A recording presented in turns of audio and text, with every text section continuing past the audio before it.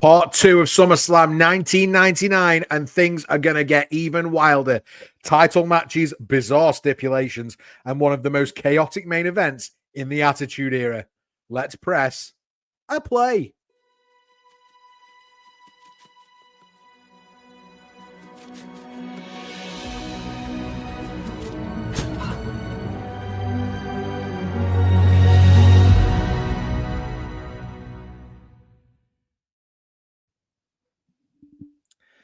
Hey, it's Scott Barratt, and you're back with the burning truth. And I'm here once again, and I said it the other night, but the man who puts the slam in SummerSlam, it's Matt Burns, everybody.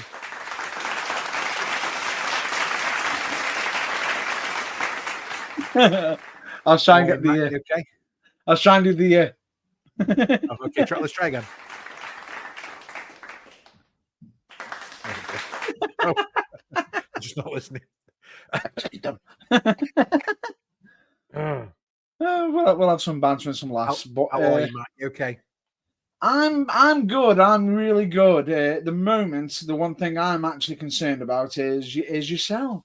I'm all right, mate. We don't need to trouble the world with my bad back / ribs. Everything's going to be all right. I've heard of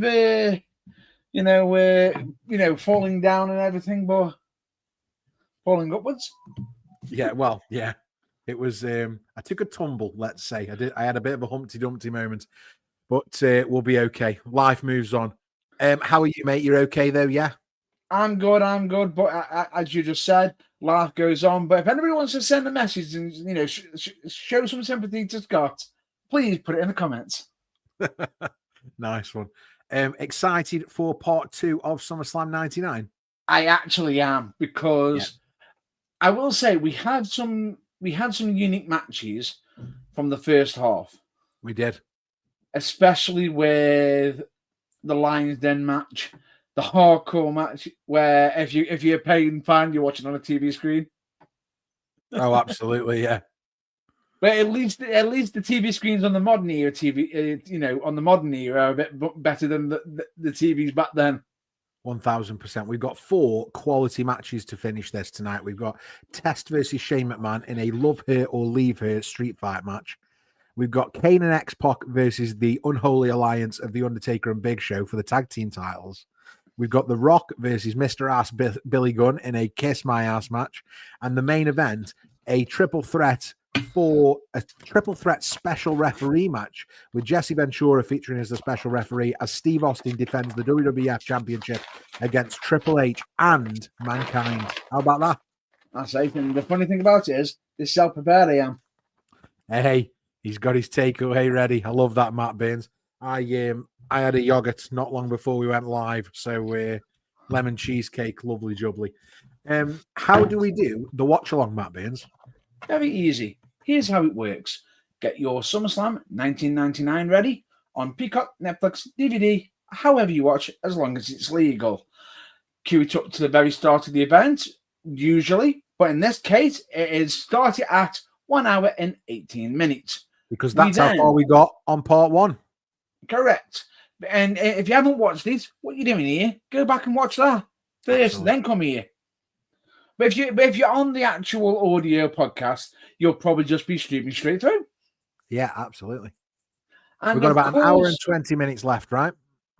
It's about that, yeah. And of course, when we count down 3, 2, 1, play, hit play at the same time as us. From there, we'll guide you through every match with live reactions, insight, and some classic wrestling trivia, and even talk some modern. Absolutely. And the great thing about this system, how we do the watch alongs, Matt Burns, is obviously we've got the clock on the screen just there. So if you have any issues with your stream, you can just sync back up with us at any time. And hey presto, you can watch SummerSlam 99 with us, which is really exciting. Also, we'll be reading that out live at different intervals throughout the show. So that if you are listening to it on the podcast, you can do the same thing there too if you haven't got the video up in front of you. But why wouldn't you want to? Because, I mean, look at us, 2 really handsome men. I think that's enough time for everybody to have got SummerSlam loaded to 1 hour and 18 minutes. If you haven't, pause now and go do it. And if you're ready when I am, then we're going to hit 3, 2, 1. Oh. And we got Shane McMahon on Sunday Night Heat attacking somebody. And Test's on his way to the ring right now. Interview's over. Interview's over. Underrated entrance music, this. Then I find it so funny. Years ago, when I first watched this during the first time round, I didn't actually realize that the actual song is just people saying, "This is a test." Yeah. Over and over and over again. This is a test. This is a test.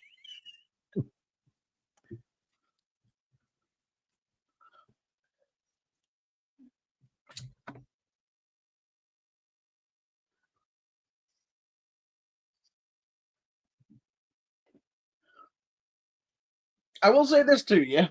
I feel sorry for both competitors in this match. Why? They're both fighting. Right, in regards to Stephanie McMahon, in regards to Stephanie. Yeah. And she ends up married to Triple H. Yeah. And he takes out all the Mean Street Posse, doesn't he? Oh, yeah.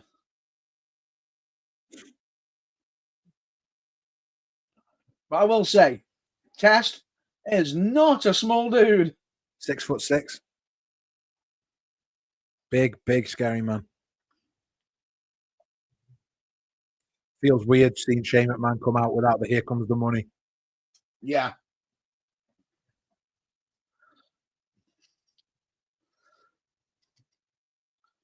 But this is the Silver Spoon era. Absolutely. And the first question I want to ask tonight, Matt Burns, for you and anybody watching live and anybody that will watch this back and wants to get it in the comments, did Test deserve a bigger push after this storyline?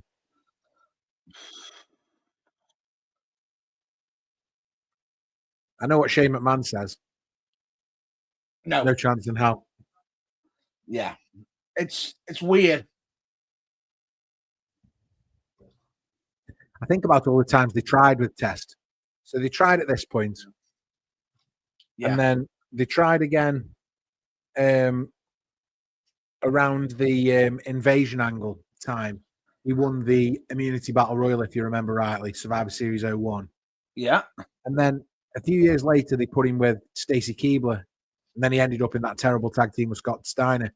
But they did try a few times with Test, and it just never seemed to work out for him. I could say a really bad joke here, but I'm not. Go on. Maybe they were testing things out. Oh, terrible.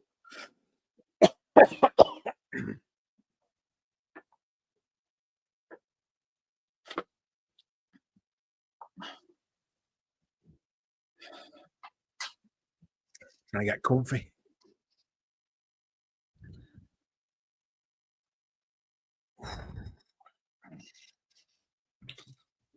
Oh, down they go. I think with it is, he's built like he is built. He is. We're going to give you your first audio check here, guys. If you are syncing up with us to watch this on the audio or live, clock in the middle here. It says 1 hour, 21 minutes and 47, 48, 49 seconds. That's where we are on the stream watching SummerSlam 99. Test versus Shane McMahon. Test got his ribs bandaged up just like me and gives Shane McMahon a huge big body drop. Come on then, Matt Burns. What have you had? Oh, I've got literally just chippy. And classic chippy. What have you had? Fish and chips? Fish cake? I've got fish cake, sausage, chips, peas, gravy. Fish cake, sausage, chips, beans, and gravy. No. Not beans, gravy and peas. Oh, peas and gravy. Okay, fair dues. I'm not that insane. No, peas and gravy's nice. I don't think I'd have beans and gravy. That doesn't sound good. No.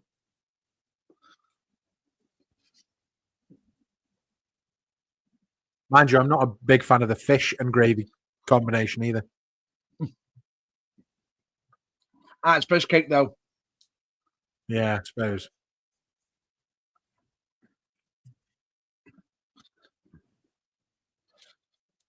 We just had them fighting in the audience there, but we're getting back into the wrestling arena now. And Test catches Shane McMahon. And gives him a horrible power slam on the outside. Oh, that did not look friendly.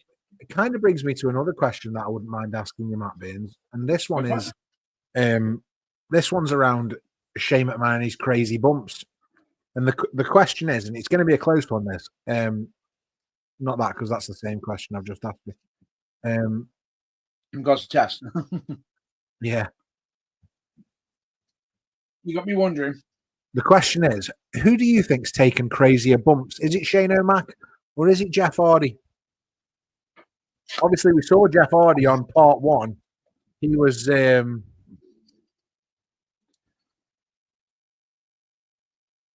Stephanie's loving it.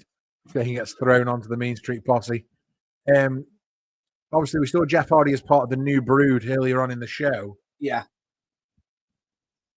But we haven't quite got to the point now where Jeff Hardy is the... the odd thing about it is, I've already got my answer already. My answer is simply Shane. Do you reckon? Yeah. I just think about Jeff coming off the ladders, coming off hanging from the belts. Obviously, came off the balconies. He'd come off the stage a few times, just like Shane did.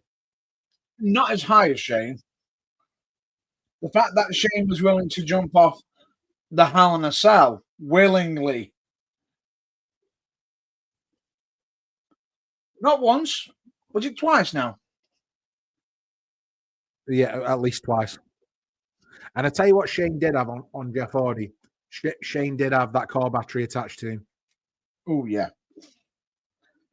Not that for a minute I think that was live, but it's still funny. It was on Raw live, but not live as in the actual battery. Oh.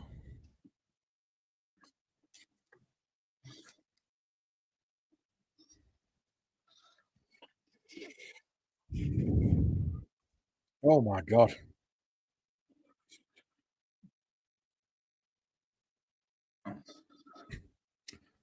Shane just absolutely took Test out with that picture, and there is glass everywhere, for God's sakes, as Jim Ross said. What hurts right now, what's hurting Test right now is a non-wrestler is manhandling. Mike Curie counts the 2, Test kicks out. I mean, that's the great thing about it being a street fight, though, Matt Burns, because they can get away with some of that when it's a street fight. To a degree.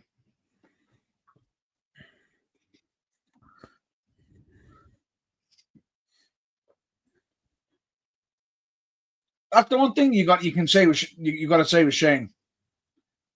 He was athletic.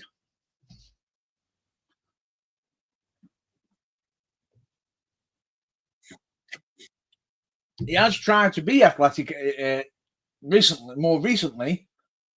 What on earth did he try there? I only ever see Shane go for the elbow drop. What was that he tried there? It was like a Twisted Bliss. No, it was more than a Twisted Bliss. It was almost a what's the AJ? Yeah, what's that one called? Spiral tap. Yeah, it was almost a spiral tap. He's one rotation away from a spiral tap. What do you call it? The Shane tap. The Shane'll tap. The Shane tap. Oh, don't it hurt? Oh, the Shane'll tap. Oh, the Shane'll tap.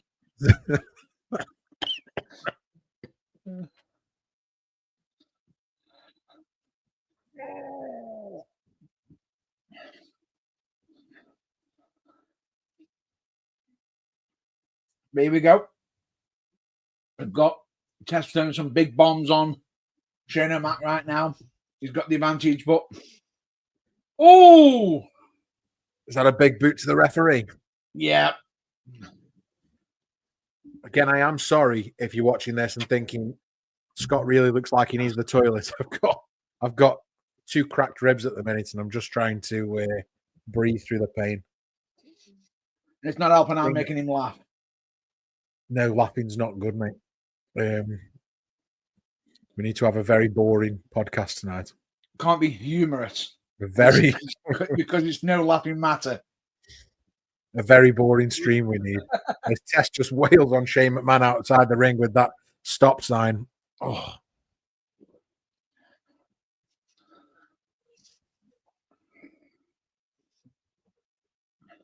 Big slam on the outside to Shane McMahon from Test. I didn't think this match was going to last that long, you know. Seems to. I find even more funny. Pardon? And I find even more funny. What? The fact that Shane O'Mac has got his T-shirt on that says "I've passed the test." Oh yeah, absolutely. Well, he always did stuff like that, didn't he? X-Punk, etc. We saw that at WrestleMania.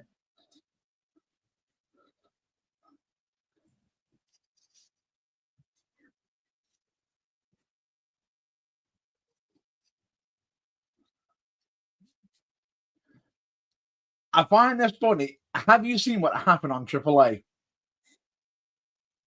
Is this the Finn Balor thing? No. Okay, go on then, because no, obviously I don't. Hold on, Shane's getting to the top here. He's going to go for his leap, his leap of faith. Ooh. I will say this.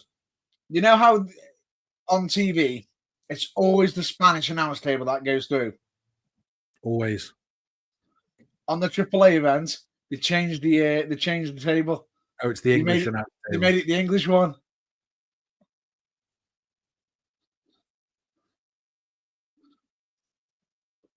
Great elbow drop from the top to the table on the outside. Test went straight through that table. Ooh. Good aim.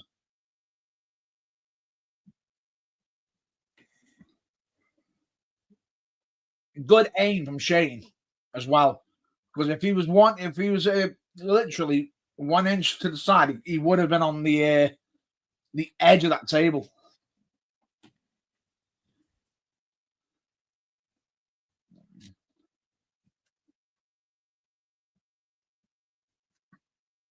Because look, you see what I mean? If he was literally to one side, he would have been in deep trouble. Yeah.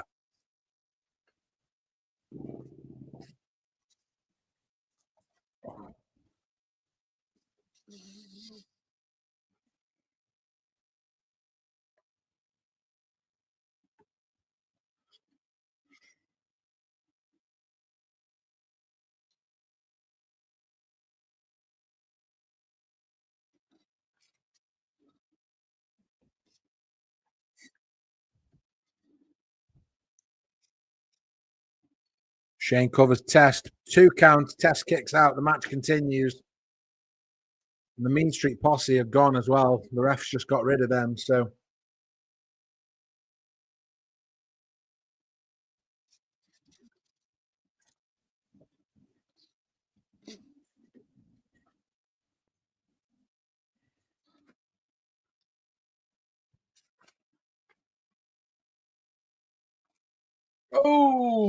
Oh no. Pete Gas hits Shane. And Test hits Pete Gas with the big boot. And now we've got the cover. Test is covering Shane. And was that Rodney? Pulls Shane out. And Mike Chioda is not happy. Referee watch. Joey Abs. Oh, that's Rodney in the ring. Yeah.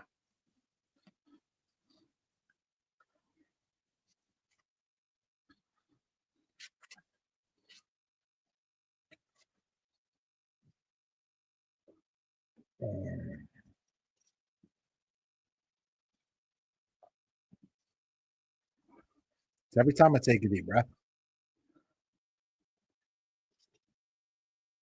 Oh, and here come the Stooges. It's Patterson and Briscoe. Where are they, sir?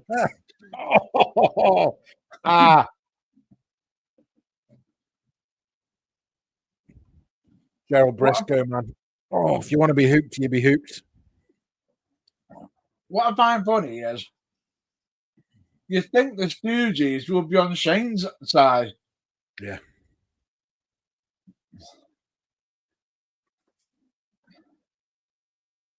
Here we go. And here comes the pump handle slam.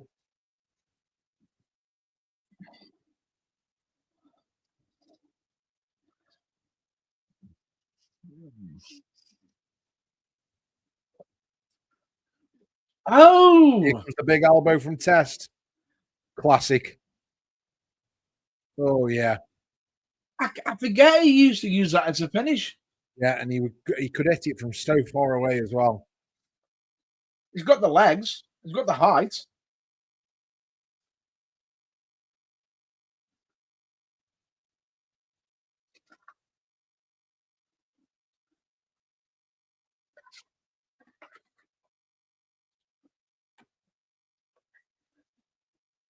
And there's Stephanie.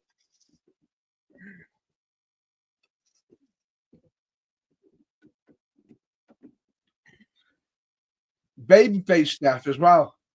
Yeah, absolutely. She's very young there, though. I mean, I doubt she's even 21 there.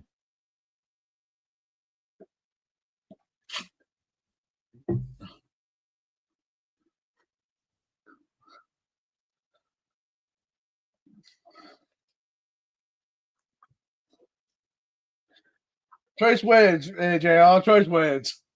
Absolutely. I think you just heard them yourself.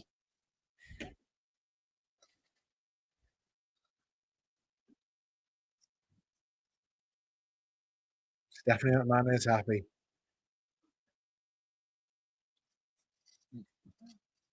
Watch this elbow, though, Matt Burns, from the top, 3/4 of the way across the ring, drops that elbow. Phenomenal.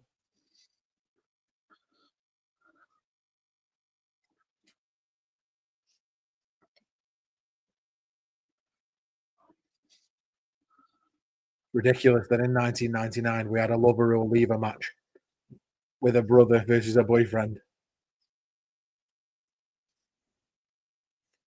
Right, I've hit an ad here, Matt Burns, so I'm going to have to use the clock in a minute and sync back up. But if you want to talk us through what's on the screen. Right now, we have got Kane and X-Pac. You know, the match graphic, Kane and X-Pac defending the WWF Tag Team Championship against the Unholy Alliance. We're now doing a vignette. Taker saying how much he hates everything. Right, let me sync back up now. So we're at Taker with X-Pac. Here comes his brother.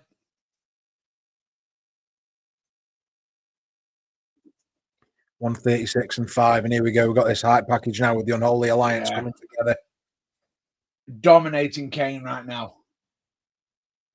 Absolutely.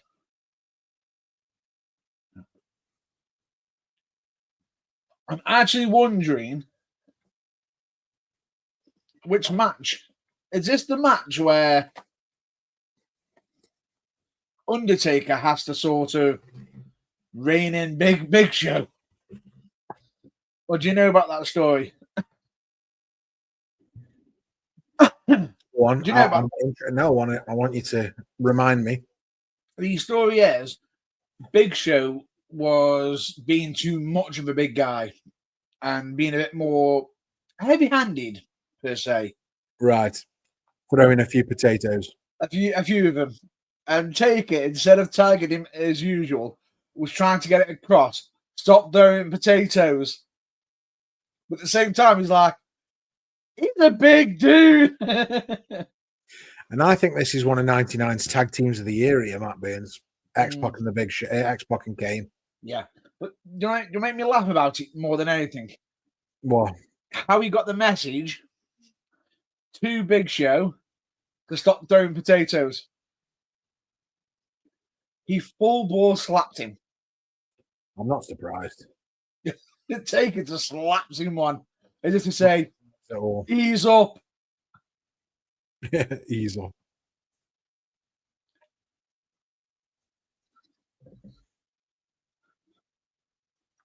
There's something about Kane saying suck it. I should have put my DX top on again today. Suck it. Yeah. Again, if you're interested in wrestling t-shirts, you can visit theburningtruthuk.com. We've got a merch store there, including Matt Burns' favorite DFTBA. Don't forget to be awesome, where you can get yourself that beautiful design. There are some others. Our It's Stiffy Time t-shirt, modeled on the famous It's Stiffy Time, because we love Tiffany Stratton, and the Excelsior Two Thumbs t-shirt too. Matt Burns, thanks for representing. Acted out for us there, yeah. And now we've got the backstage segment here, interview with Michael Cole, X-Pac and Kane.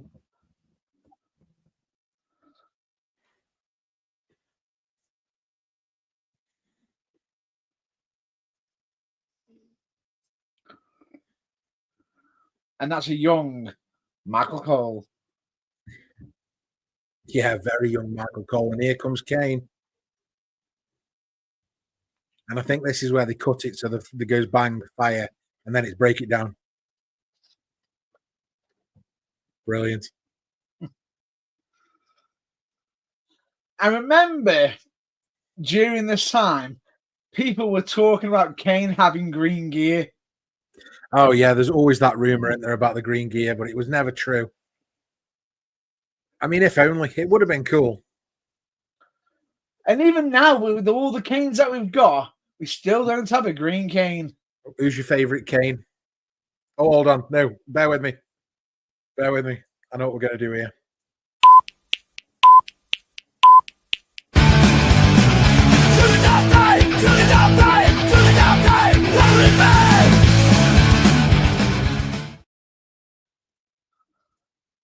The question is, Matt Burns, who are your top three Kanes? Does that include the original Kane? Yeah, you can have the original. Well, the original is going to have to be on there. But anyway, I think I'm just trying to think of where to go with this right now, because it's like, do I go down the full jokes one? Honorable mention right now. And one of them I'm about to say is definitely not advertised for kids. Come on. Because we have first name Co, second name Kane. I haven't said them together on purpose. Right, there's that one. There is Kane Dingle. Yeah. So cocaine, Kane Dingle. And there is the fake Kane that's also come around, that was also on WWE at the same time as Kane was there. Right. So there's that one. So number 3, I'm going to go with Game. Gain is a controversial topic, but yeah, fair dues. I get it. Just for the laughs. Yeah. Followed by, and we can't say his former name because we don't want to be sued. So, because he is now known as Blue Pain. Blue Pain, yeah, the one who started off all these offshoots of Kane. And of course, the number 1 Undertaker, the Kane. I mean, I'm just joking. It is, of course, the original Kane. I like that. That was Matt Burns' top 3 Kanes. I would have gone with Blue Kane, then Cocaine, and then eventually I'd have probably gone with Kane. However, one more honorable mention, and this will make you laugh, so brace yourselves. Kane the Undertaker. There is Michael Kane. Yeah. Somebody actually did that. Ow. I did warn you. You're not supposed to blow the bloody doors off. And that was even said as well. Some people, Master Wayne, just want to watch the world burn. Of course, my name. And here comes Kane now against his brother, The Undertaker. as I said earlier, jokingly, originally, Kane was meant to be Undertaker's real name. It was meant to be Kane, the Undertaker. Yeah, that's RoboCop Kane. We've got May Eunice on the chat again, Matt Burns. RoboCop Kane. Next big question I want to ask, though, if I'm totally... Thanks for commenting, May. Make sure you're answering all the other questions and putting in the chat. And the next one that's going in there now is, do we think the Big Show is still finding his feet here in 99? We've got this X-Pac and Kane versus Undertaker and Big Show match. Yeah. You think, yeah? Show you yeah, work. he was. He was, because at this moment in time, he'd been mostly in WCW, where he came in, become a world champion instantly, and sort of... They didn't exactly teach him on how to be the presence that you should be. Yes. And I think with the WWF/WWE, they did something really clever.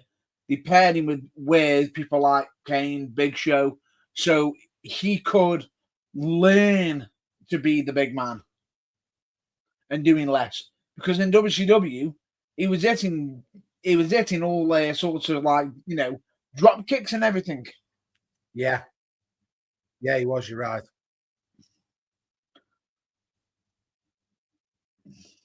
Saw him do kip-ups and all sorts in WCW, didn't we? That's what I mean. And right now... I always remember when Goldberg hit him with that jackhammer. And the scary thing about it is, he actually said he trusted Goldberg with that jackhammer and knew he could do it. Yeah. And the jackknife he took from Nash as well. Which was actually a complete mess up. It was close, that one. Yeah, it was a mess up. It was actually a mess up. Because when he went for the lift, there was mistiming and everything. So that's why it ended up being worse than what it was. Because Nash even said after, he says he checked up on him, is he okay? Is he okay? And even Big Show even says it was scary because he sat there and thought, have I broke my neck? Really? Now we're at 1 hour, 45 minutes and 46, 47, 48 seconds as the Big Show is hammering on Kane.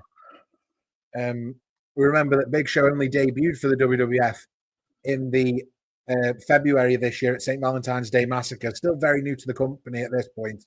Yeah. Kane only been on the scene for a couple of years. Undertaker obviously debuted in 91. And, you know, X-Pac, formerly the 1-2-3 Kid, has been around at this point. He's been WWF, WCW, and then this is his second stint in the WWF. So we've got loads of experience in the ring, but also loads of inexperience. Yeah. I think I finally found a comfy spot. I don't know how long it'll last for. Don't look a guest horse in the mouth. But right now, Big Show was having to learn quite... Fair play to him, he had to learn a lot on such a short time. Yeah. And he'd been around before, hadn't he? But yeah, in WCW. But this is a different ball. This is the show, isn't it? Yeah. Kane catches the Undertaker with that big foot, and then they're now just exchanging right hands. And I'm telling you, these men, I would not want to throw right hands with either of them. Nope. Oof.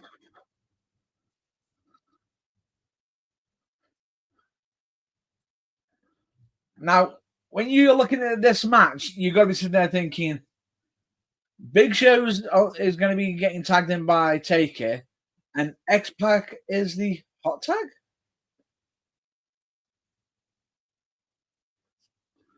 Boom.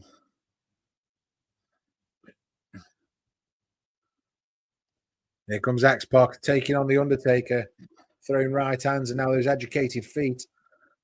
I think that was really, really clever there, because You know X-Pac's not going to try and go strike for strike as in hand-to-hand with Taker or Big Show. But I got a little bit too close there.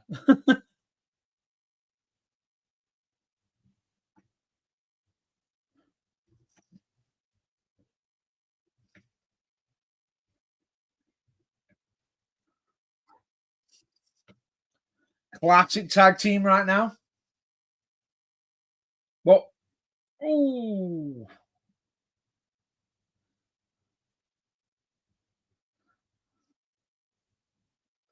Kane's going to go and save the X-Pac from the Big Show here.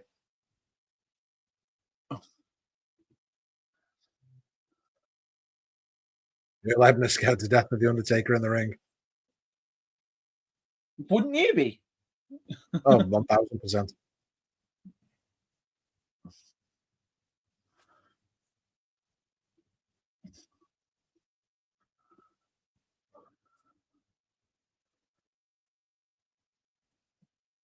Oh, that's a rough landing. I feel as though this match is now turning into a bit of a smudge. Yeah. We've certainly lost control.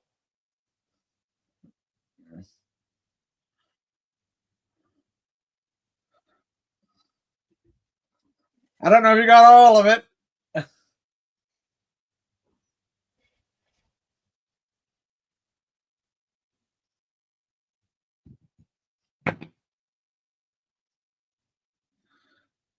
Can you imagine being dropped by Big Show? Can I imagine being dropped 7 foot? No, I can't, Matt Burns. Oh my God, he's huge. The fact that he's just thrown X-Pac in the ring over the ropes. Madness. And, he's got him in the bear hug now. Classic way to apply it.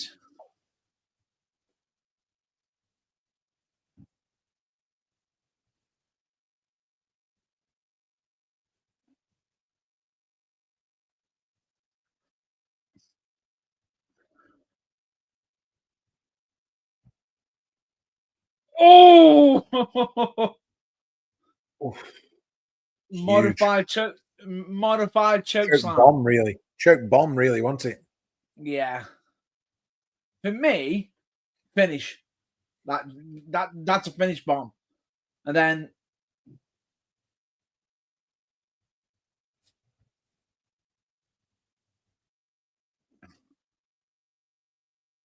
huge right hand from Kane. Oh, and didn't see the low blow. And neither did the referee, even though he got slightly distracted by Taker, I think.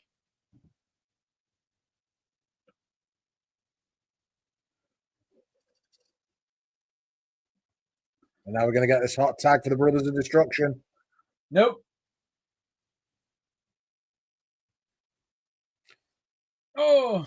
Didn't get. And there's another low blow. And the ref just let that one go. I'm just checking.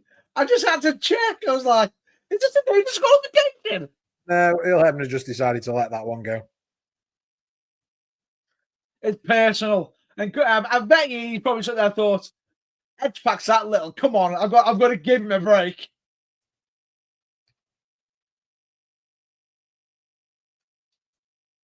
That, I will say, was impressive. But deep trouble.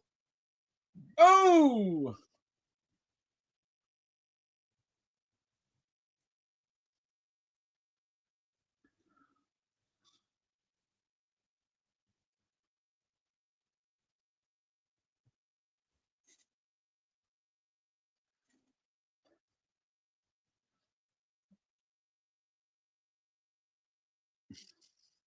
Bronco.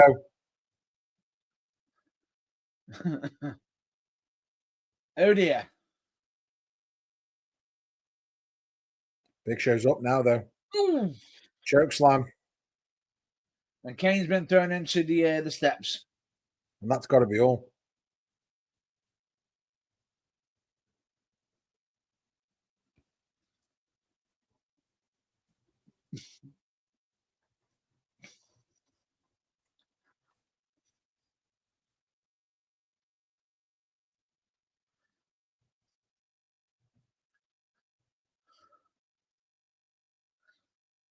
Game over. That's the tombstone. And Kane Game couldn't get over. there. And we've got new champs. Undertaker and Big Show are your new tag champs. But right now, you can see Big Show looking a bit furious.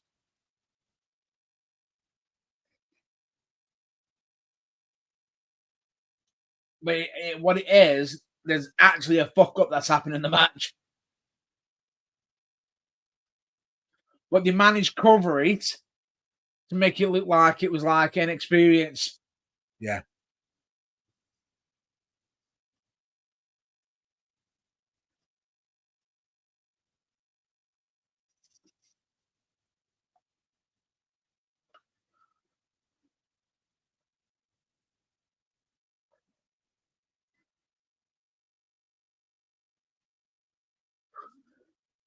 He's not happy with him at all there, is he? Luke's storyline, but equally, they covered it in the storyline, but it doesn't look storyline. Yeah. But the good thing about it is, whether it is Taker helped Big Show at a time when he needed it. Yeah, 100%. And this was before, Big Show eventually had loads of problems with his weight over the years, didn't he? Continually struggled to keep the weight off. And at 7'2", that's going to be difficult enough. But this is probably the best he looked in his WWE run. Not quite. I think he has looked better at other times. Do you think? Yeah. And here we go. It's time for Mr. Ass. Billy Gunn. Who's on the rise? Well, he was on the rise until a promo a few weeks ago. Do you want to talk us through that, Matt Burns? But it wasn't about him, Mr. Ass. I thought it was Jimmy or Billy. It doesn't matter. And the big question is, Matt, is this Mr. Ass, Billy Gunn, and The Rock feud, is this the worst follow-up to a King of the Ring win ever? It didn't exactly help him, did it? If anything, it absolutely buried his credibility. Absolutely. But by the end of the year, he's back in tag team action. Yeah. Now, bear in mind that what I find so scary is near enough every King of the Ring winner technically almost became a top star. Yeah. Which Mabel and Owen Hart being the exceptions. There is very few, but Owen because of the situation. Yeah. Mabel, it's Mabel. And the fact that Mabel's was his own. Right, hold on a minute, Matt Burns. Who's this woman he's got in the ring?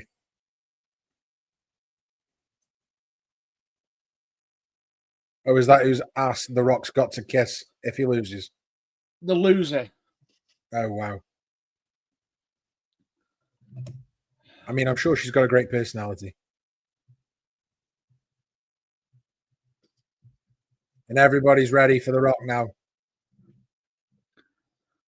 To answer the question, it was the worst feud follow-up. Owen Hart was because of tragedy. Situation, yeah.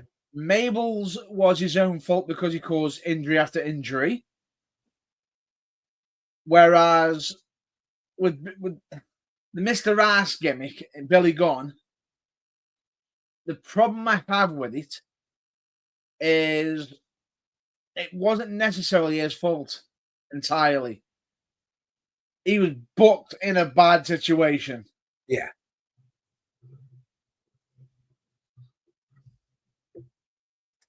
And here comes The Rock. He hasn't done too bad for himself, despite of it, though. I mean, he's still going today, Matt Burns, and this was 26 years ago. And Billy Gunn's still an active competitor in AEW right now. So, I mean, he looked after himself and he continues to do great things in the wrestling business. So, Fountain of Youth.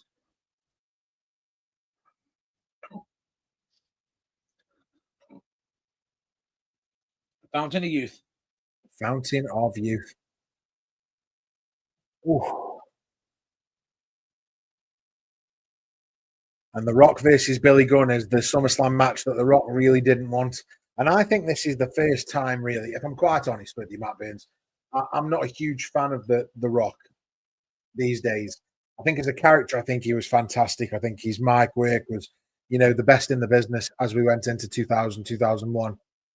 But I do think he's guilty of holding other guys down so they didn't take his spot. And I think this is the first time we see that against Billy Gunn.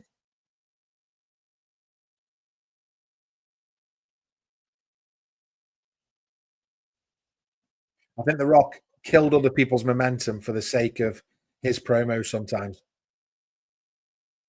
And like I say, I think Billy Gunn's the first time we see that actually happen.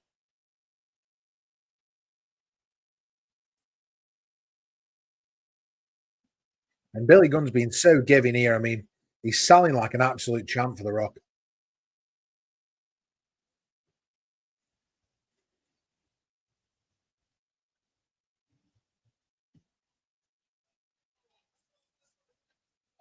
So you're saying, yes, this was the worst follow-up to King of the Ring win? Yeah. I just realised, me as I was talking then, my mic was muted. Oh, I did. Do you know what? It's because I'm watching them. I'm not watching you. But we've just had a comment in from Nick Tidoro, who I believe is the entire reason we do these watch-alongs these days. So thanks for your comment, Nick. The Rock almost killed Y2J, but it was still the best debut segment in history. I agree, Nick. I think you're right. He nearly killed Jericho on his first night as well. Luckily, Jericho equally one of the best promo guys in WWE history. And that leads us on to a nice piece of news from this week, Matt Burns. I can see where this is going. Yeah. Do you want to talk about it? Do you want to talk about the potential? So apparently, Jericho's AEW contract is up in December, and there is big talk of a return to Titan to the WWE. How would we feel in 2026? It would be about a Jericho return to WWE, Le Champion. It'll be good, but I feel as though he will reinvent himself again. Yeah, absolutely. The thing is with Jericho is that, like, if he comes back in January, it would be for the Rumble. It would have to be, and the problem with it is, it would have to be nostalgic to begin with, which would mean going back to an earlier gimmick. Now, Nick says, I say bring him back. He's super entertaining, can provide a lot on the mic. I'm with Nick. Yeah. Now, the real question is when exactly does his contract come to an end? Well, we just know sometime in December this year. So we don't know exactly when. There's a reason why I'm saying this. Yeah. Could you imagine if his contract ends before the final date of a certain... Oh, yeah, that'd be nice too. That would be nice. Here's something else I was thinking about. The reason I think Jericho is such a good call to debut at the Rumble is we know my thoughts on the Rumble being in Saudi next year. So the January Rumble is going to take place in Saudi Arabia this time. Which means we're going to have a lot of big names.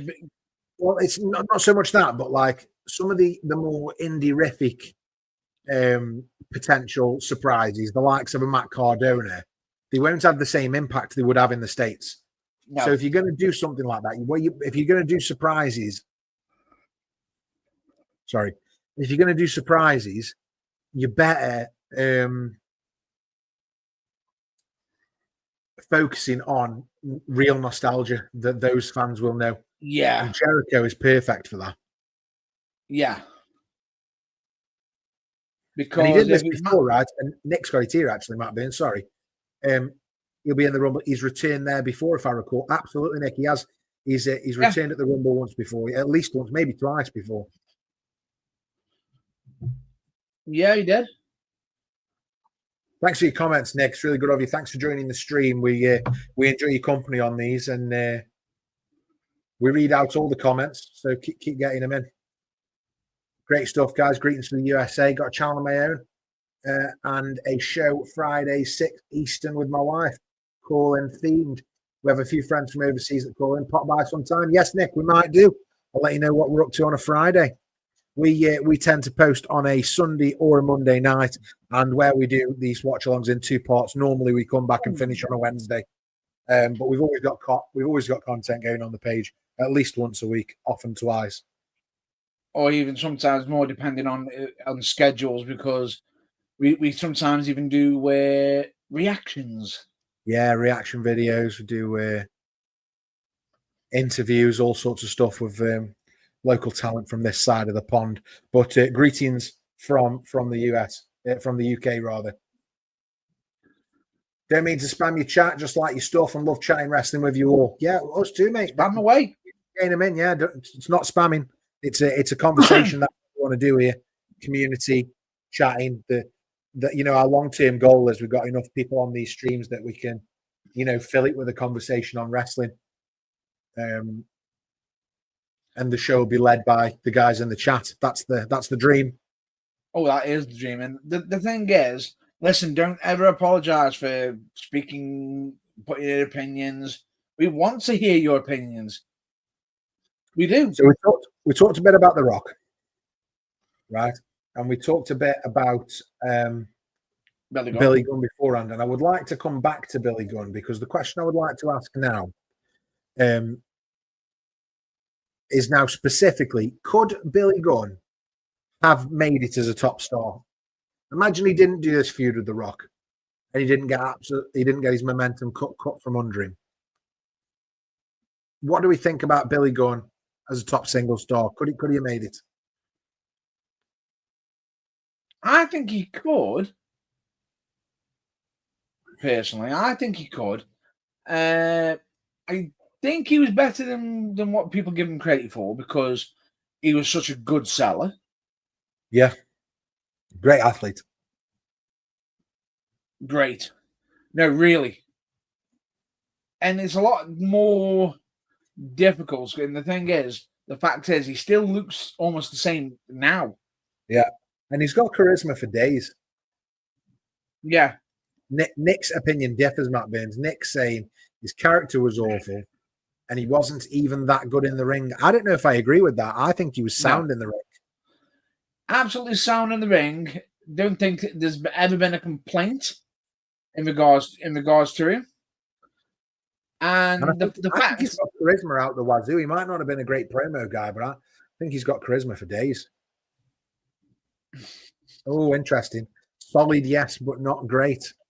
But look at the talent. But right now, Nick, I feel like you've soured on Billy Gunn. Well, I'll say this. Luke right now is against The Rock, who's putting himself more over than Billy Gunn.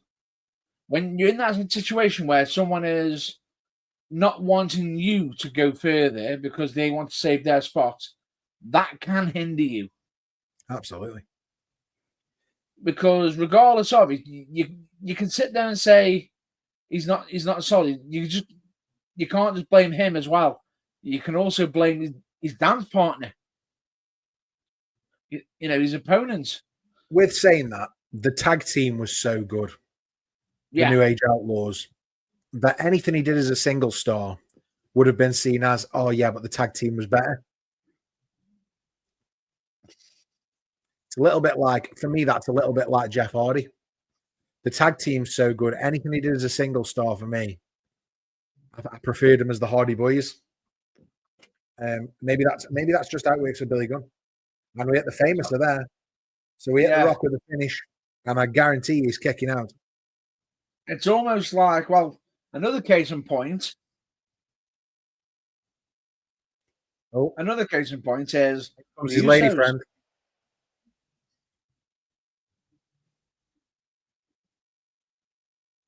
Can't believe I'm watching this. Can't believe I'm watching this woman pull a skirt up so that Billy Gunn can try and shove Dwayne The Rock Johnson's head in. Oh, and it gets reversed. Billy Gunn's face is all up in her pants. So right now,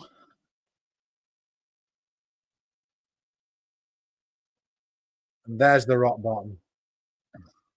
And now we're going to go straight in for that people's elbow.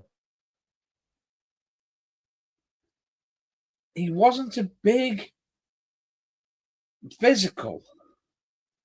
He's taller than most. Yeah. He's actually bigger than The Rock. Nick. The Smoking Guns had a manager, Sonny. DX had China. He always had Road Dogg. He needed a manager to do anything, and he wasn't a super big talent physically that it would help. I mean, he's a big guy. But The Rock's a big dude too, to be fair. But I don't know if I agree with that all the way. No. Nick. I get that he isn't as big as a Vader, Lesnar, Undertaker, or Kane, but he is as big. He's the exact same height as Hulk Hogan. And I think he's got a much better physique. So, I mean, that's debatable, obviously, depending on what you like. But The Rock got the win there over Billy Gunn, and that's the end of the feud, and that's pretty much the end of the Billy Gunn experiment. Yeah, pretty much killed. And the funny thing about it is,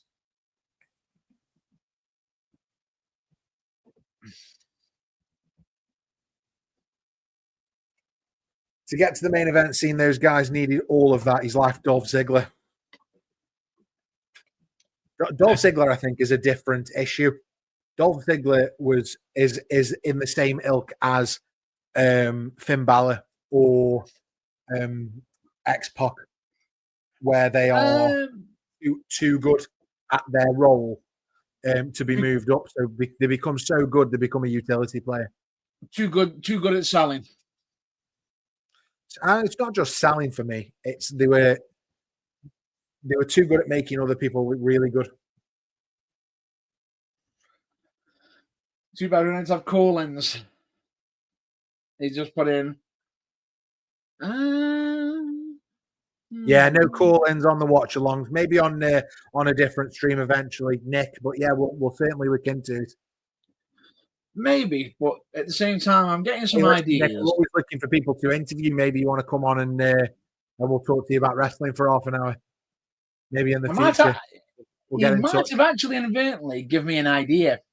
I might run past you after this episode, after this part. And now we're watching this hype video. Sorry, Matt Burns. Watching this hype video now for Austin, Triple H, and Mankind, and it all revolved around China for a lot of this. Ooh. And this is pretty much the split of China and Triple H. They have the match, and then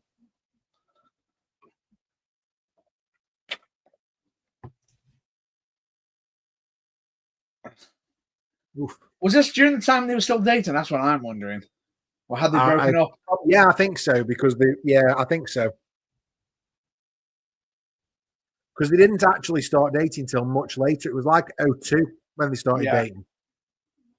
The Triple H and Stephanie, that is.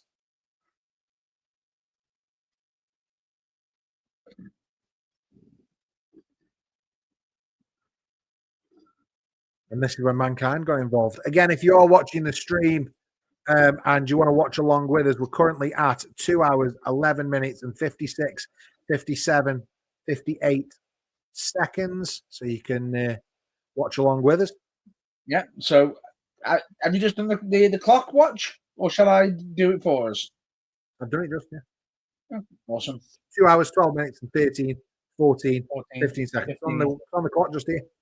Yeah. I can't, honestly, mate, I can't move without changing.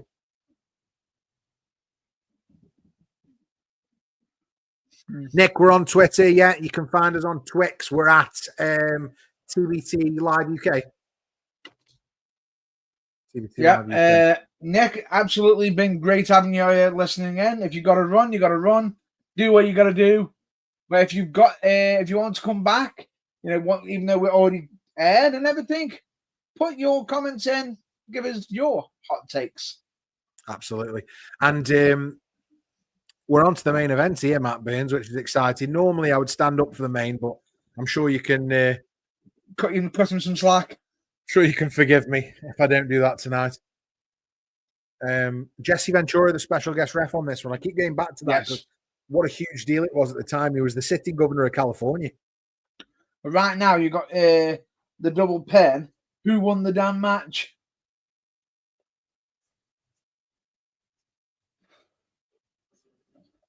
The commissioner, Shawn Michaels, the special guest referee, co-owner of the WWE, Shane McMahon. Can't agree.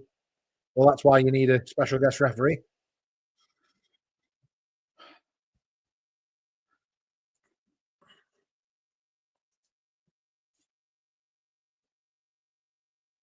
And I've just hit another ad, so I'm going to use the clock above to resync up. Here it comes, Jesse, the Body Ventura. And the big question for this match, Matt Burns, that we need answering, and I'll give you a few minutes to think about it while we watch the entrances, but was Triple H ready to be the WWF champion in August of '99? I'm not convinced, but I mean, I want to give you a couple of minutes. I want you to give a couple of minutes to think about it. Try to watch these entrances. No, trust me. I'm using that clock to sync back up now, Matt Burns, at 2 hours, 14 minutes, and 25, 26, 27 seconds as we go into main event time. Literally 24 minutes left on this SummerSlam pay-per-view, which means they give the triple threat match good time, right? Yeah. I will say this to you now, that question you've just thrown at me, that has been a question during watching it when it was happening during this time. I have had many, many arguments with.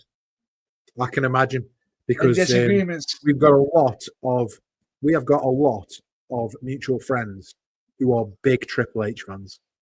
Yes, and it's the one that you're thinking of. Oh, listen. It's going in the desk isn't even going up. That's not me. That's the Netflix stream. Yeah. In case you're wondering, Gav. Yeah. I've had the same conversation with Dave. Yeah. And here comes Mankind.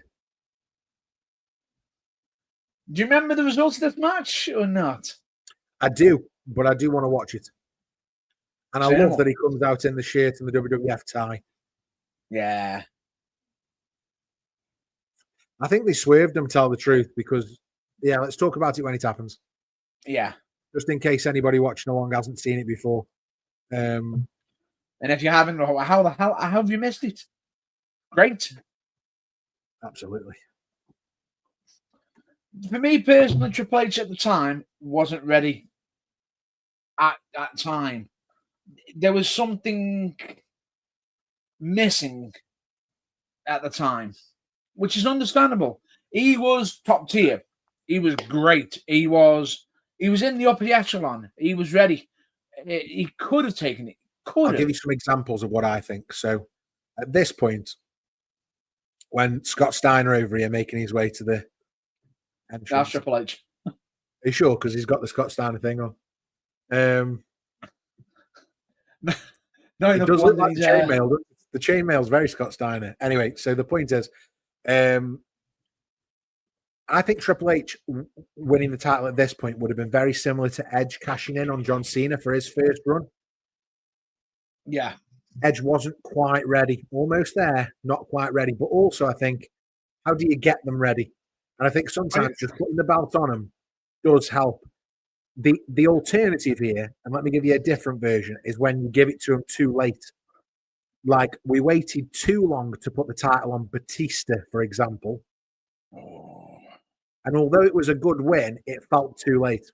So there's two schools of thought here. Do you give it to them too early and let the belt help them get over? Or do you give it to them too late and it almost feels like it's a bit anticlimactic? Again, just my opinion. There's a name I'm going to throw in right now. Yeah. That could end up in the too late category. L.A. Knight. Yeah. Again, I think the time is now for a world title win. Not so much a WWE title win, but for a world title win, the time is now for LA Knight. he needs the win now while it's red hot. I don't know if he needs it. I don't know if LA Knight winning a world title long term will change his fortunes and his career path. It might not, but it would be a shame if LA Knight finished his career, because he is getting on, and had not become a world champion. And the roof on this building is going to go off when that glass shatters. It's the soundtrack to holy shit. Oh, look at that. And I reckon there's 30,000 strong in that arena. In fact, do you want to find out how many people were there, Matt Burns? Because that's how many people just went absolutely wild for the Texas rattlesnake. 17,370. All right, I overestimated, but from Victoria, Texas. However, bear in mind, I'm going to include the buy rate of the millions of fans that were watching, which was about 600,000. The thing is, I mean, Austin was so hot at this time, and it, I think the tagline for this event is very true. And that was an out of body experience. It's I always think WrestleMania 15 and Backlash 99 are the quintessential WWF attitude pay-per-views, but this one's been very, very 99. Very good. It's been very attitude. Yeah, it's very attitude, because right now you've got a triple threat between Austin, Triple H, and Mankind.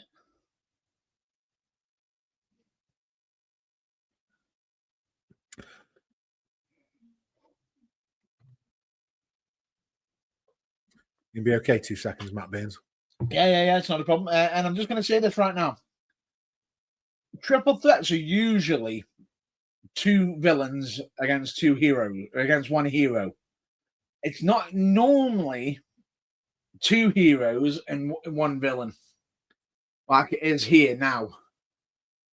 Because you've got the heroes technically double teaming the villain, and even Mankind hugging Austin. Nope, never mind.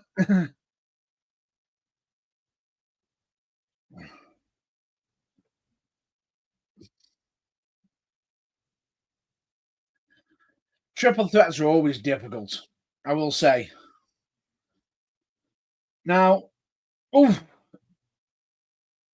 Mankind just gone over the top rope in a unique way. I thought to myself, you don't normally go over that, but it's also just sent. It's led to Austin, and Austin ducked. Fair play to Mankind for getting that high to go over the ropes. But right now, it's brutal. It's a great triple threat. You go into it. Boom.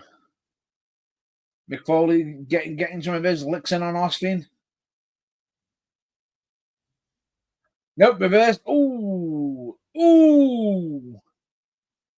Austin, reverse Irish whipped Mankind into the ring and then clothesline him down. But Triple H stepping in to absolutely beat down on Austin. Sneaking in, here comes Chyna sneaking in. Sort of, is she going to be the one to take out the Mankind effect? Which, she's just got involved. Jesse didn't see it. But it doesn't matter, because it's triple threat rules, which means there are no rules. Because if you disqualify one, then, who wins?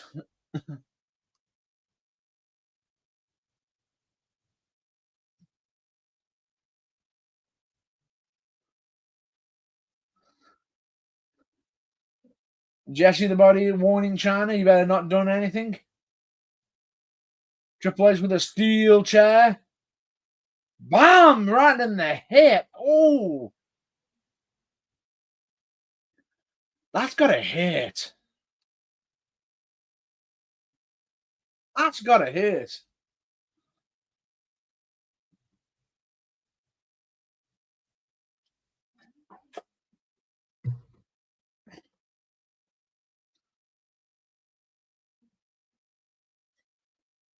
Now, what I find funny is, did he hit him with a chair? It's like he's going to disqualify him. He can't disqualify him.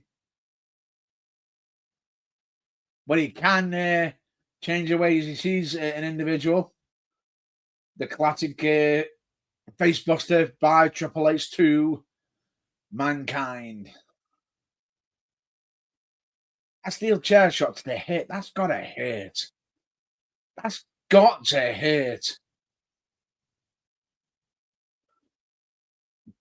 But right now you got Triple H, absolutely terrorizing Mankind. Or as we now know him as Mick Foley. But for this event, I'll be dubbing him as just Mankind. For now. Mankind with the mandible claw. Here we go. China's in. Oh! Reflection on 1999 pay-per-views, WWF. They absolutely love a low blow. And Ventura's getting rid of China. Get her ass out of here. What makes me laugh is right now is technically if she doesn't leave, they can't disqualify Triple H. Because of triple threat. Yeah. But I think that's what was so good right now. It's like Austin was so good because when he's right next to that camera, he brings that aggression. Right. Last question for this event. And we're not going to be able to answer this until the end of the match. But the question is, did Jesse Ventura add to the match or was he a distraction?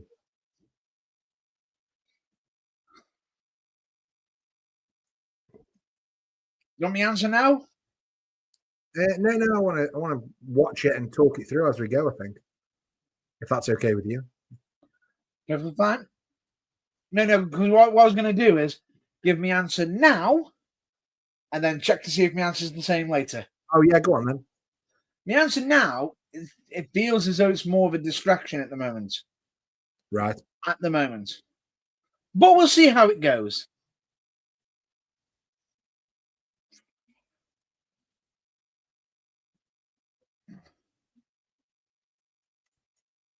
I would like Matt Burns to let everybody know, just while we're on the stream here, about our TikTok. So if you are following us on YouTube, fantastic. You get all the streams, videos, etc. beamed straight to your subscriber our page. If you're subscribed, you get all the videos sent straight to you. If you're not, you're missing out not just on all those videos, but on our shorts as well. So from these videos, we make loads of shorts. And if you don't use YouTube at all because you're listening to this on the podcast, but you do use TikTok, we're also posting our shorts on there each and every week. So you can get yourself over to our TikTok, which is at The Burning Truth. I'm just checking that because I know our TikTok is slightly different. At The Burning Truth 251. You can find us on the TikTok there, and you can watch all the shorts on there too. So another way. The more you know.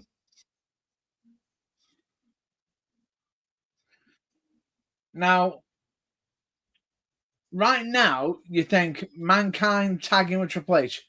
Okay, but if you knew later on the feuds that them two would be having right now, yeah, you wouldn't think that them pair would be together, sort of. But here we go. They're battling it back out again. Woof!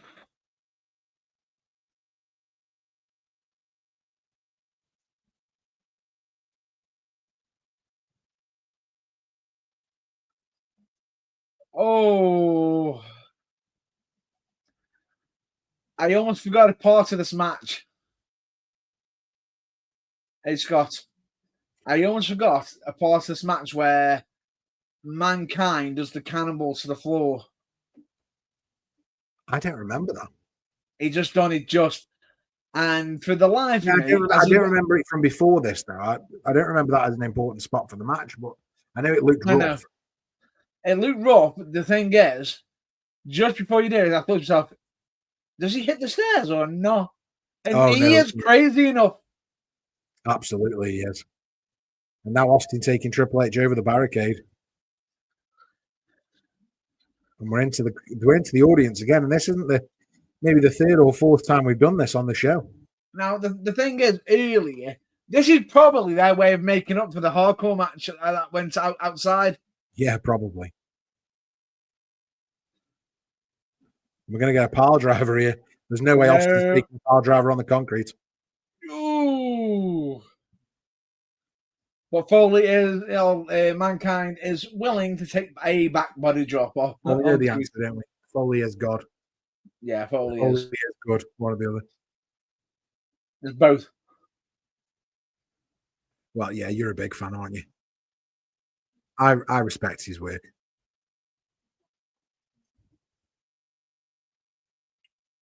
Oh, you mean Mick Foley?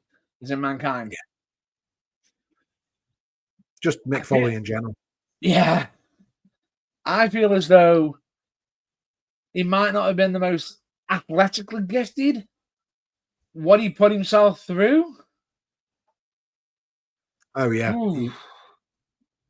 A double hard guy, double tough. Absolutely, 100%.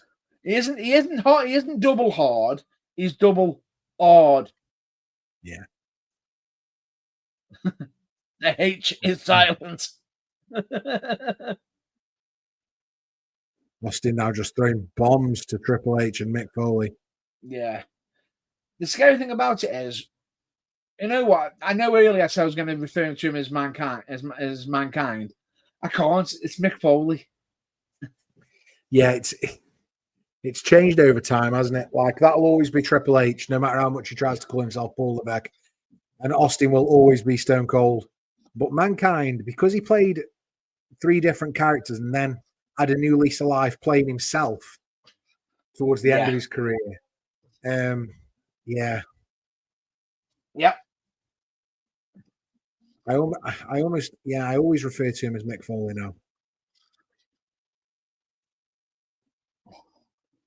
But I will always remember him as Mankind in this era, just because it's what I always remember. I don't remember, like, I remember Dude Love and I remember Cactus Jack, but I always think back to the Boiler Room Brawl matches with Big Show. Chair shot to Steve Austin. Boiler Room Brawl matches with Big Show and Undertaker. I remember the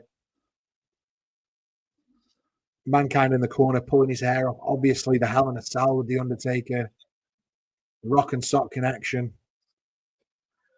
I told you about that chair.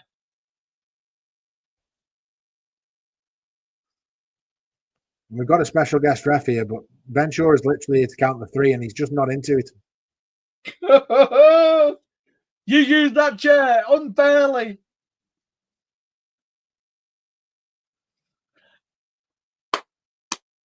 I forgot about that line. The body rules.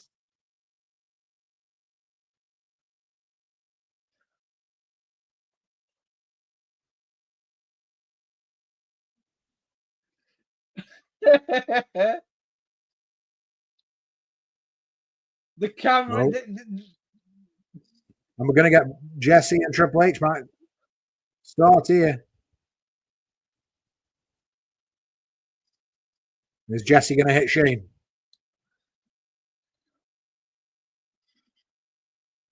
Jesse can't hit Triple H, but can he hit Shane? Will he need to? No! Big stunner. Shane McMahon, really underrated stunner.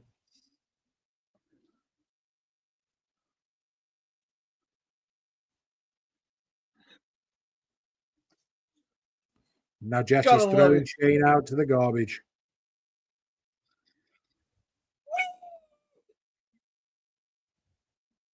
And Shane's been ejected by Jesse the Body. And Austin fell out the ring. Yeah, I was just about to point out, he's actually stuck. Would you believe he's actually stuck? That's what you call a moment. The fact that you got that excited, Jane getting Because they were thrown both out. leaning on the ropes at the same time, isn't it? Yeah, And he's laughing about it now, but you've got double to. down. You've got to.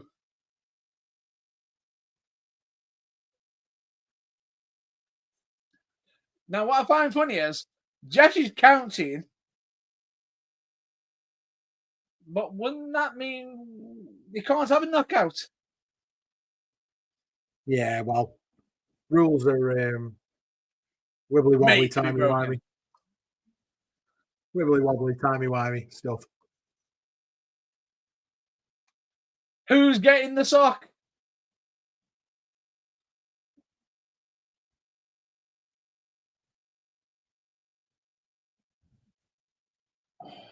And Austin goes What's low. worse?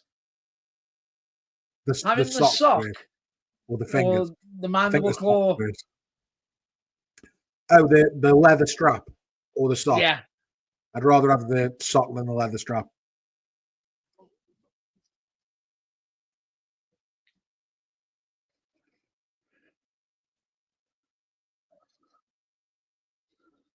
What I find so interesting right now is, even though technically the whole counting while they're both down doesn't work in a triple threat, Just he's adds a got bit the of crowd leather into to it. Yeah, that's it. It just adds something, doesn't it? And you've got to remember, Matt Burns, this is the really important thing that, we go back to 1999. Triple threats were still relatively new Yeah. to the American audience. So triple threats weren't happening in the US before ECW. That's true.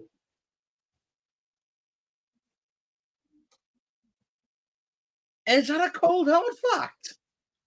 I believe that might be a Scott statistic. Triple H gets the pedigree to Austin. And Mankind takes out Triple H. Foley with a double arm DDT to Austin. And that's a 1, 2, 3. New champ.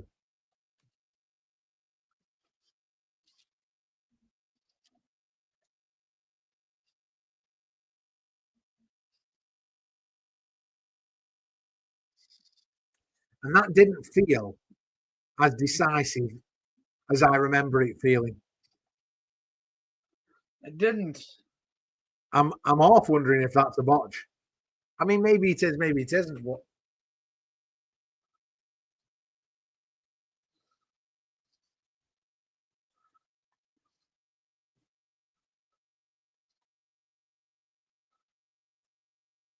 Right.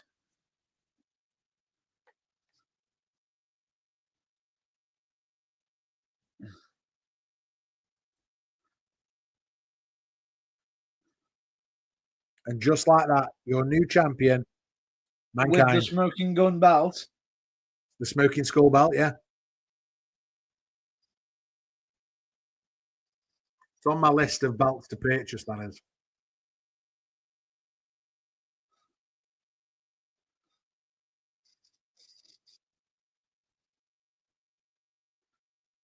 And now Triple H taking out Austin.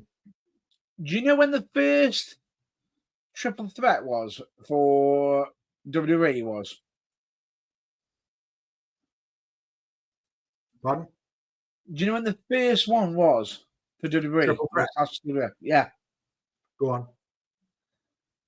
June 23rd, 1997. Yeah, so that makes sense then.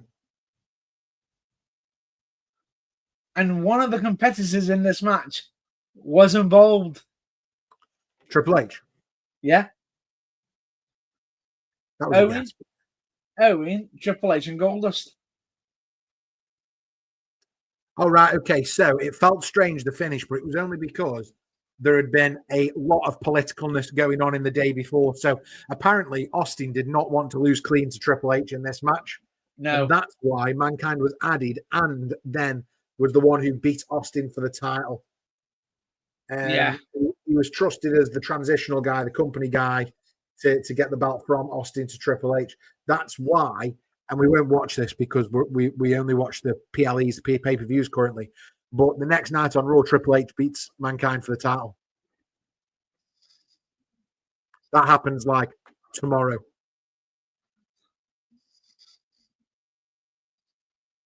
So that's why it looked a bit messy. It wasn't necessarily that it was a botch. It was just political, not clean storytelling.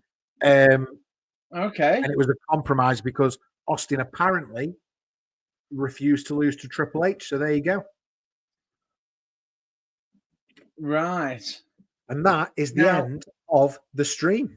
I'm going to make sure I turn this off before it starts to play SummerSlam 2000. Nobody wants that. Certainly not for another 12 months for us anyway, Matt Burns. No. Well, yours is try and play year 2000, not mine try and play me. Try and play me 1998. Oh, you're going backwards. Mine's going forwards. I feel like I feel like a Huey Lewis in the News. Got to get back in time. Bam. Hold on. Oh, I made a mistake there. That's all you're getting. I picked it up and then realized I didn't know Huey Lewis in the News back in the time.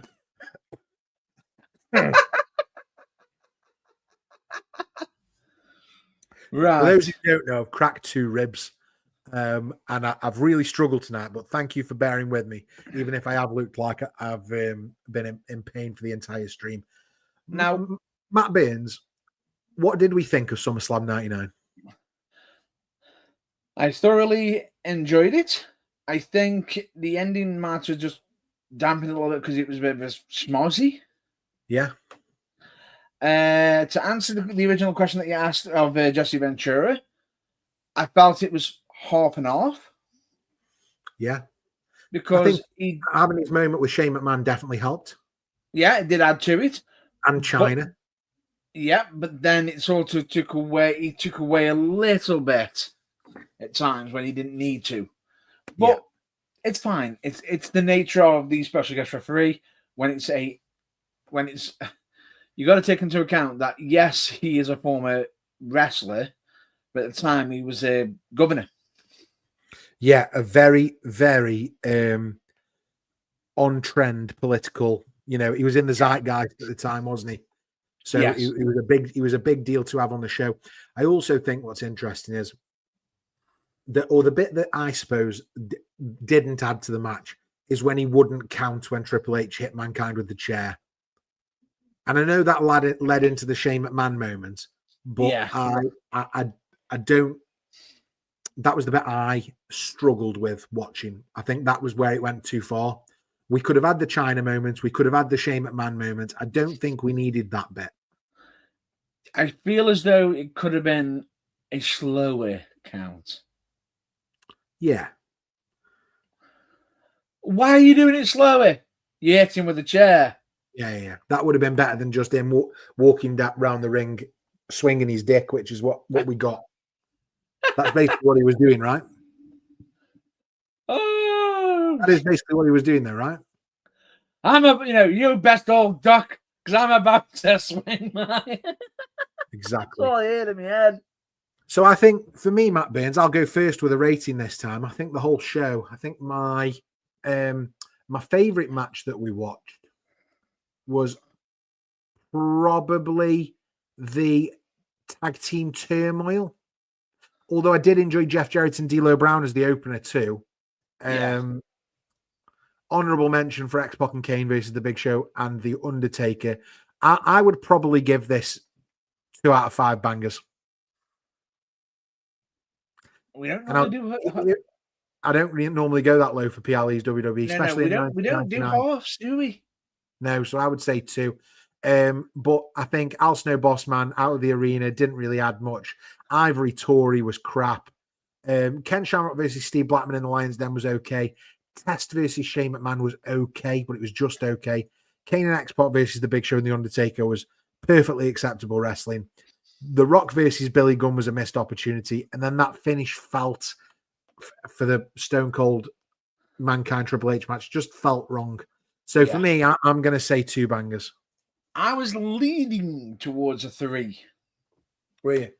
Was until I had the flashback memory of the whole smodgy finish of the end. Straight to 2. We're agreed on 2 bangers. Lovely.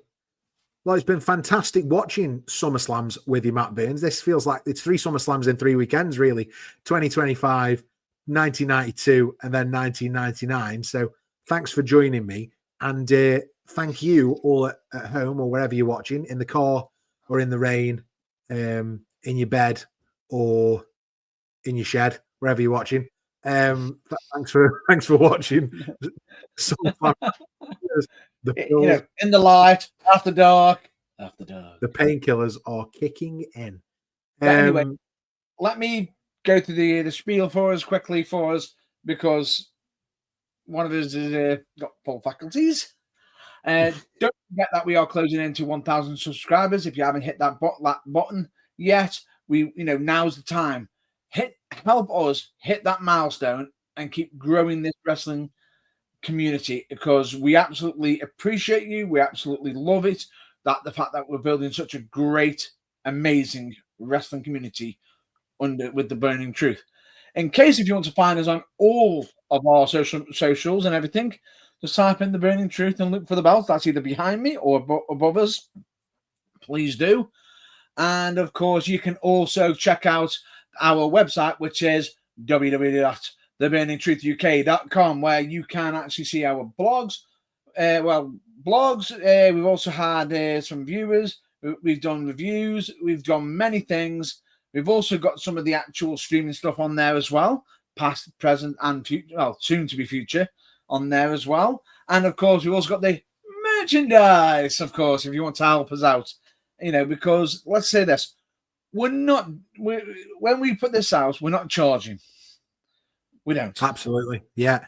And any money that we do make on the merchandise, etc., just goes back in to try and make the channel as good as possible. So, and that's what we're here for. Yeah, that's what we're here for. Microphones, the software that we use for the streams, etc. So, it does help out. Anything that and if you want to show us some love, we massively appreciate it. But absolutely. Now is the time. The end is near. But hey, until next time, stay fired up, stay passionate, and remember, DFTBA. And in case you don't know what that means, don't forget to be awesome. Have a nice day.